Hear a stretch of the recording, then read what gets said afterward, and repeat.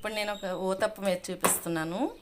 దీనికి పిండి ఎలాగా ప్రిపేర్ చేసుకోవాలంటే, గ్లాసు మినపప్పు, 2 గ్లాసులు బియ్యం నానబెట్టాను. 4-5 అవర్స్ నానబెట్టుకున్న తర్వాత ఒక 2 స్పూన్లు అటుకులు కూడా నానబెట్టాలండి విడిగా. నానబెట్టి మిక్సీ పట్టేసుకున్న 4-5 గంటలు నానిన తర్వాత మనం నైట్ అంతా బయట ఉంచేసుకోవాలి, పులుస్తుంది. తెల్లవారి ఫ్రిడ్జ్లో పెట్టేసేయండి ఒక 2-3 గంటలు, కానీ లేదంటే ఆ రోజంతా పెట్టేసి మరుసటి రోజు వేయండి.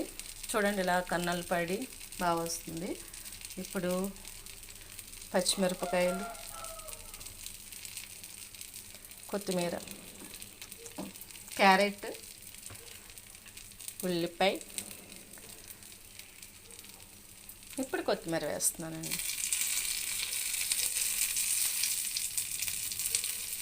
చూసారా కలర్ఫుల్ ఉతప్పం.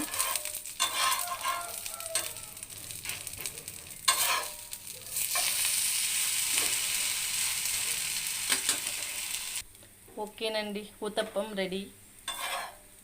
చాలా సింపుల్.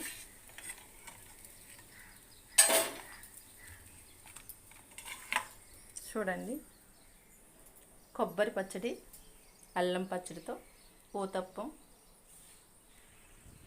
మీరు కూడా ట్రై చేయండి. చూడండి కన్నాలు ఎలా వచ్చినాయో ఊతప్పానికి, చిల్లులు చిల్లు అంటుంది. అన్నానికి ఆయిల్ రాయండి, అలాగే చిన్న వంట సోడా వేయండి ఈ దోసపిండిలో. ఓకేనండి.